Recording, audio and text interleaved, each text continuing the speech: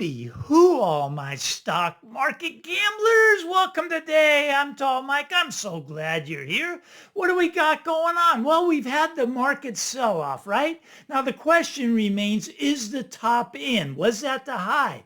Are we going to go into a bear market? Now, right now we have extreme fear in the marketplace. The VIX, which is a volatility index, has been over 20 for the past 12 days. That means volatility is very elevated. And that's where we're getting the big swings in the marketplace. When the volatility gets elevated, bad things start to happen to the stock market. And we've had the pullback. Now we're down, I don't know, 14% on the NASDAQ, about 10% on the S&P. But we're going to get what I would call a relief rally. Now, a relief rally can be very powerful, can even push you back up to retest the recent high, right? It could push you all the way back up. So its sentiment can change really quickly. But right now, sentiment is extreme fear. People are afraid. And what happens when people are afraid? Well, they don't spend money. See, rich people out there are the ones that are keeping the economy going, right?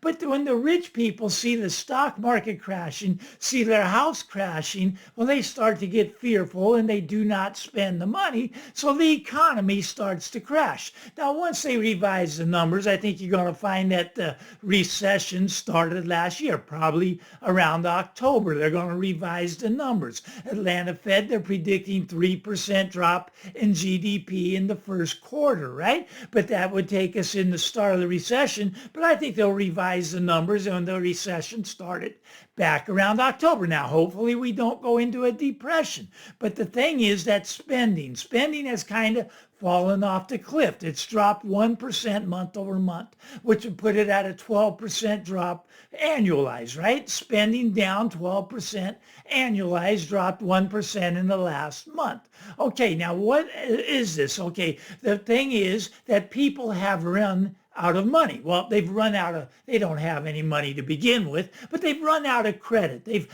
maxed out their credit cards, and now we know they're maxed out their credit cards because they're just making the minimum payment on their credit cards. Now, why would you make the minimum payment on a credit card that's charging you 23% interest? Why would you do that? You do that because you're broke, because you don't have the money, so you have to pay that 23% interest, right? It's because you are broke, you have no money, so you're making the minimum payment on your credit card. And credit card default is starting to spike upward. House default, mortgages, they're starting to spike upward. People do not have money to pay their bills. Now they're hoping something that changes. They're hoping that the Donald can fix all of this for them. Look, the government's not going to save you. You're going to have to save yourself. But the spending problem, as it's dropping, is going to cause a recession problem that may even put us into a depression problem. Now, what I want to talk a little bit today about is, well, the zombie companies. Now, what is a zombie company? A zombie company is basically a company that, well, they don't bring in enough cash flow to pay even the interest on the debt that they owe.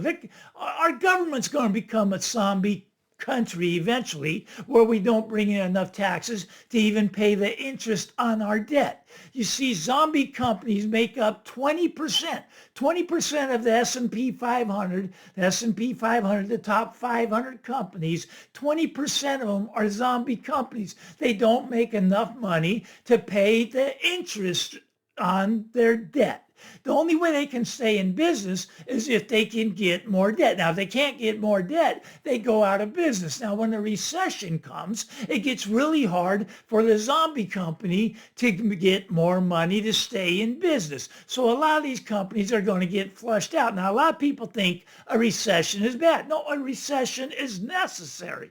There is a lot of bad business models. These companies should not be in business if they cannot bring in enough cash flow to pay the interest on their debt. They should be wiped out. So we may see 20% of companies go away when we go from this recession and we drop into, it's called a mild depression. Maybe it'll be a deep depression. I'm not sure, but I do think we're slipping that way, right? But it's okay about these zombie companies. See, Michael Saylor Michael Saylor, remember, the Bitcoin advocate. He owns MicroStrategies. He's going around to these zombie companies and he's teaching the CEOs of these companies how they can save their company. Now, what is the plan for them to save their company?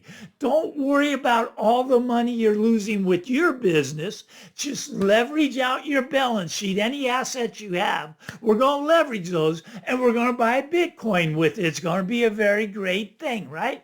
And a lot of these companies are starting to take him up on this, right? Because they see his stock. Now, we got to back up a little bit on MicroStrategies, on Michael Saylor himself, right? He's approaching my age, a few years younger than me, but he was around back in the dot-com boom, right? Now, in the dot-com boom, MicroStrategies, it was actually a real high flyer, right? It was flying high. It was just increasing. But when the dot-com broke, right, you found out who was swimming naked, as Warren Buffett would say. And unfortunately, MicroStrategies, they were one of them that was swimming naked. They lost 99% of shareholders' money in the dot-com boom, right? Their stock was actually over $3,000 a share and dropped all the way down to $4 a share. Now, Michael Saylor, in one day back then, lost $6 billion. $6 billion. But that, he already collected the money. So $6 billion, that's not bad if you still have another $2 or $3 billion to survive on. Look at Elon Musk, for example. He lost $29 billion, because Tesla on Monday went down about 15-20%, had a big drop, right? And it wiped out $29 billion of Elon's money. But you know what? I think Elon can survive on the $300 billion he has left. So he's going to be okay, right? But back to Michael Saylor now.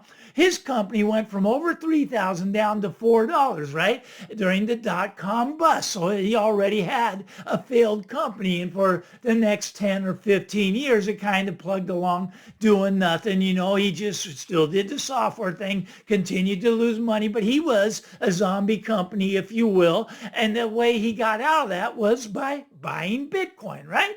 Okay, so he's been buying Bitcoin at $1 billion a clip, right? He's bought over $42 billion of Bitcoin, right? But this is kind of interesting. This cracks me up, right? I mean, I listen to these Bitcoin channels, and I don't want anyone to get me wrong. I love Bitcoin, right? But Bitcoin is what it is. It's the best gambling tool we have. I mean, this thing will go up 10,000, down 10,000, and move 10% in a day, sometimes 10% in an hour. Now, eventually it could go away. I hope and pray that it sticks around a little while because I love it. It's the thing I'd probably trade the most because it moves so much, right? If you're a day trader, you love this stuff, right? So you can trade Bitcoin up and down. I love Bitcoin. People think I hate it. No, what I hate is that Michael Saylor is selling these zombie companies this game plan.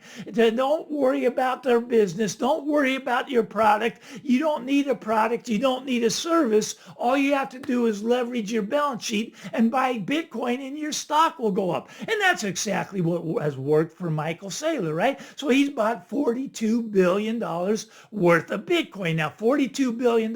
What's his average cost at? His average cost, $65,000 per Bitcoin, right? Approximately, take or give a couple thousand either way. But right around there, his average cost $65,000. So his Bitcoin is up probably what? Let's call it 25%. He's made a 25% return on $42 billion, which is great, right? That's like $10 billion in profit. But if he bought the $42 billion of gold just a year ago, he could have doubled that return and had $20 billion in profit. You see, in the last year, gold's gone up over 40%, almost 50% a year. So he would have been better off buying gold, but that's not his plan, right? Because, gold, you got a little more selling to do. But with this Bitcoin, you can go out there and tell people they can have digits on the screen and they can save their zombie business, right? So one of the CEOs that he convinced to do this with is the CEO of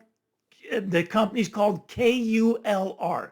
KULR Technologies. He convinced the CEO of KULR Technologies because he had a failing company, right? His company was trading down at 10 cents a share. 10 cents a share. Go, just buy Bitcoin. Leverage out your balance sheet. You don't need to worry about your product. Don't need to worry about your service. I don't even know what they do. I just listened to his guy on the podcast, and he's grateful to Michael Saylor for saving his company. He was at 10 cents, right? And then he shot up to over $5 from 10 cents. Why? Because he's buying Bitcoin. Bought 610 of them, 610 Bitcoins. That's called 80,000 a piece, right? $48 million, right? But okay, so his company had shot up to over $5, right? Okay, but now it's come back down to $1, $1.10, $1.20, right? So it was up here at 5, it's come back down as people realize, well, it's just kind of, kind of like a Ponzi thing going on, right? Okay, so I mean, I'm not saying it's a Ponzi. He just bought Bitcoin. Is Bitcoin a Ponzi? I don't know. You got to get someone who's willing to pay you more for it than you paid for it. And that's why it's gambling. That's why I love it, right? Because I mean, if I buy it here at 80,000, someone's going to buy it up here at 90,000. Well, it made $10,000 profit for one Bitcoin, right? So it's gambling, and you got to find that greater fool out there. But right now there's greater fools, and I do think Bitcoin will push its way back up over 100,000 one more time before the big drop happens. See, I don't think this is kind of a drop. I mean, 30%, right? 30%. That's nothing for Bitcoin. It's dropped 80% at least 5 times just in the 12-year history that Bitcoin's been around. So it's going to do it again. Maybe it'll just keep going down, but I think it's going to bounce back over $100,000. But KULR Technology trading down here at 10 cents, jumped up to over $5, but now it's almost back to $1. Let's call it $1.20. All right, so those 610 Bitcoins are worth $48 million, but the company, they're saying it's worth $300 million. Okay, $300 million, but they only own 48 million in Bitcoin. That's a problem. You see, Michael Saylor, he's got the same problem, right? He's got $42 billion of Bitcoin, but they're saying his company's worth $100 billion. Well, maybe their business is worth something. Well, their businesses are losing money. Does that make them worth something? Maybe it does, right? But the whole thing for these zombie companies, according to Michael Saylor, you don't need to do business anymore. All you need to do is buy Bitcoin. Now, if you go back to the .com, now Michael Saylor lost 99% of the money for his shareholders. Now, he didn't lose his money. He took his money out, right? And that could explain why the SEC came in and filed accounting charges against MicroStrategies back then. They settled it. When you settle with the SEC, you throw a few $1,000,000 their way. I don't know what the settlement was, but you settle that way, and then it's really not public knowledge as to what the accounting fraud you were doing. It's not known, right? But it was filed. The SEC came in and filed charges against MicroStrategies back after the .com, after they lost 99% of their money, and now we're been flattened. Then he started buying Bitcoin. Now he's a high flyer again, right? Was at 500, now down, I don't know, 300, let's call it. Down already 40% since, 3 months ago or something, maybe 50% down. But he's trying to be the high flyer again. Now, is he going to lose 99% of his shareholders' money again? My guess is that history is going to repeat itself. I don't know that he's going to lose it, but my guess is that it will repeat itself. Why do I think that? Because of the leverage. Look, even if Bitcoin makes it, he's just leveraging out his balance sheet. And I feel sorry for KULR Technology. I feel sorry for Mara, M-A-R-A is another one that's doing it. There's a lot of these companies, they're failing in business, but they feel if they can buy Bitcoin that they can get out of the zombie company definition. They can start to make their money with Bitcoin. And this is great as long as it continues to go higher, right? But right now we came down to 77,000. Remember Michael Saylor, his average is 65,000. As soon as it drops down below that, his company is in big trouble, right? Because he's underwater, right? I mean, they eventually people will catch on to this. So I just want you to let you know that this could lose 99% of its value. Now, my take is, if you want my take, we're at $300 right now. They'll probably push it back towards that $500 level, probably over 400. Maybe we get close to 500 again. I'm not really sure. But they're going to try to push Bitcoin up for another rally here, right? This is just the big boys, the whales. Some of them are taking the profit. See, Bitcoin, a lot of people don't understand this. It's very, very concentrated. About 40% of Bitcoin is probably owned by less than 50 people, right? It's very concentrated is what it is amongst the whales. So the whales can manipulate it and can swing the Bitcoin either direction and try to pick up some of the crumbs as you're sitting there being the bag holder. So you do have to be very careful with it, very careful when you're gambling it. I gamble in it almost daily, right? Because I like gambling, and it's up, it's down, it's up, it's down, but you can make a lot of money. Now, the ones with the diamond hands, I think they're going to be in for a lot of heartbreak if you're going to hold this forever, because I don't think it's going to be around forever. But that's just my take. Anyways, I know I'm going to get a lot of haters on this one. Give me a comment anyways. Give me the thumbs up. Punch the subscribe button. Get out there, everybody. Have a great day. We'll talk again real soon. Bye-bye now.